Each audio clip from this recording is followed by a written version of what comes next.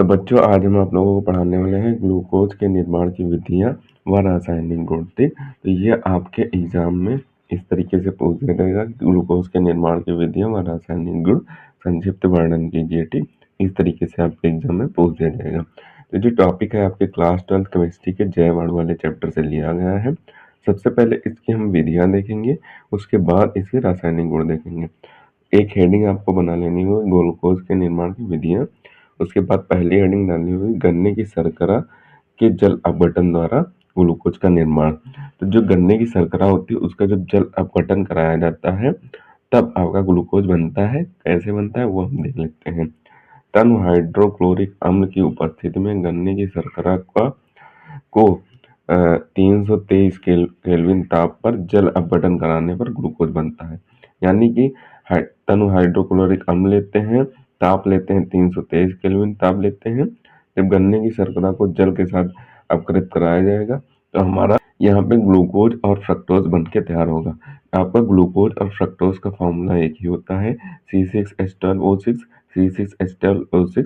और गन्ने की शर्करा जो होती है उसका फॉर्मूला होता है C12H22 और O11। तो ये आपके गन्ने की शर्करा का फॉर्मूला होता है। H2O यहाँ पे बैलेंस आपका पूरा बैलेंस है। अब एक एक पॉइंट चेक कर लेना।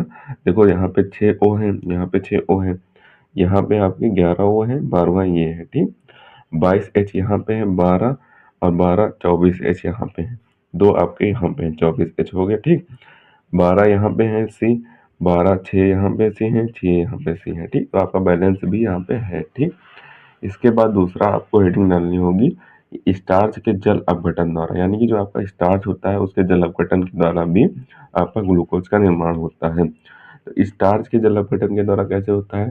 तन व सल्फ्यूरिक अम्ल, वहां पे आपका हाइड्रोक्लोरिक अम्ल लिया गया था, यहाँ पे आपका सल्फ्यूरिक अम्ल लिया जाएगा।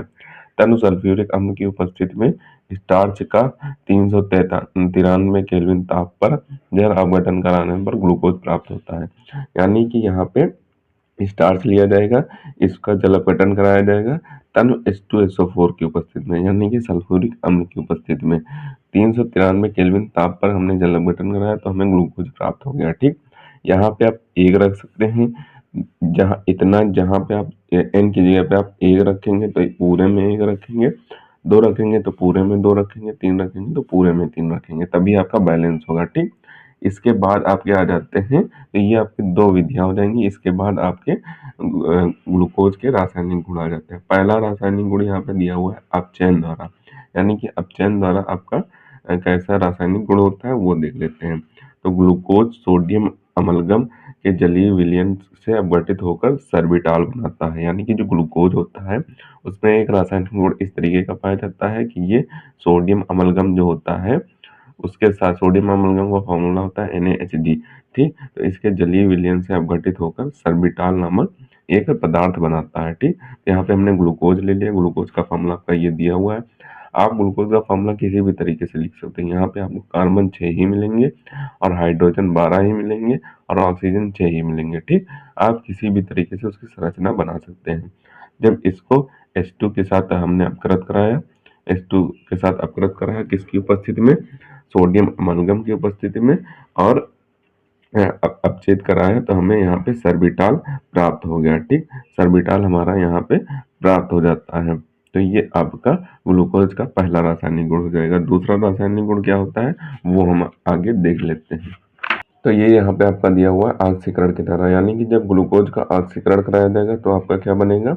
तो आपका ग्लूकोनिक अम्ल बनता है। ठीक, तो यहाँ पे दिया हुआ है ग्लूकोज का ब्रोमीन जल द्वारा ऑक्सीकरण कराने पर ग्लूकोनिक अम्ल बनता है। यानी कि आपका ब्रोमीनी जल जो होता है उसके साथ हमने यहाँ पे इसका ऑक्सीकरण कराया, ऑक्सीकरण कराने पे हमें ग्लूकोज से ग्लूकोनिक अम्ल हमें प्राप्त हो गया। ग्लूकोज हमने ले लिया, ऑक्सीकरण के लिए लघु ऑक्सीजन लेते हैं तो लघु ऑक्सीजन हमने ले लिया, और यहाँ पे जब हमने ऑक्सीकरण कराया ब्रोमीन के साथ, ब्रोमीन जल के साथ ऑक्सीकरण कराया तो हमें ग्लूकोनिक अम्ल प्राप्त हो गया। तो ये आपका दूसरा रासायनिक गुण हो जाएगा, किसका? ग्लूकोज का दूसरा रासायनिक गुण हो जाएगा। तीसरा रासायनिक गुण और लास्ट रासायनिक गुण यहाँ पे दिया हुआ है फेलिंग विलयन के साथ क्रिया।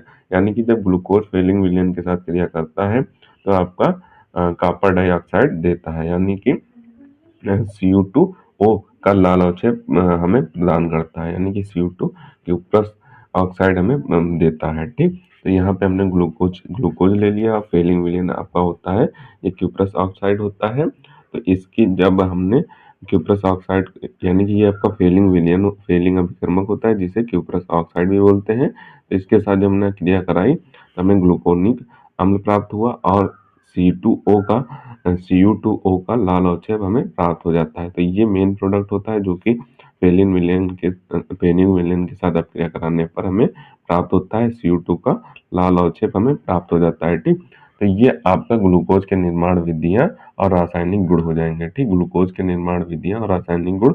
निर्माण विधियों में दो निर्माण विधियां लिख देनी है आपको, और ये जो आपके रासायनिक गुण हैं उनमें आपको 3 रासायनिक गुण कर देना। कम से कम 1.5 से 2 पेज का आपको करना होगा, तभी आपको 5 नंबर मिलेंगे। ठीक, तो ये आपके एग्जाम में सीधे ही 5 नंबर में पूछ दिया जाता है। अगर जैव अणु वाले चैप्टर पर ध्यान दिया गया तो ये क्वेश्चन आपको सीधे ही 5 नंबर पे आ जाएगा। ठीक, तो इसका हम आपको स्क्रीनशॉट दे देते हैं, आप स्क्रीनशॉट कर लें और इसे आपको बेहतर ढंग से और अच्छे तरीके से तैयार कर लेना है। ठीक, तो सबसे पहले आप इतने पार्ट का स्क्रीनशॉट करें, अब बचे हुए पार्ट का स्क्रीनशॉट करें, और जो नीचे पार्ट बच गया है उसका भी आप यहाँ पे स्क्रीनशॉट कर लें। अब पीछे जो इसके रासायनिक गुण दिए हुए उनके भी आपको स्क्रीनशॉट दिए देते हैं। तो अब आप यहाँ पे बचे हुए रासायनिक गुणों का स्क्रीनशॉट करें, और जो फेलिंग विलियन के साथ क्रिया दी हुई है उसका भी स्क्रीनशॉट कर लें।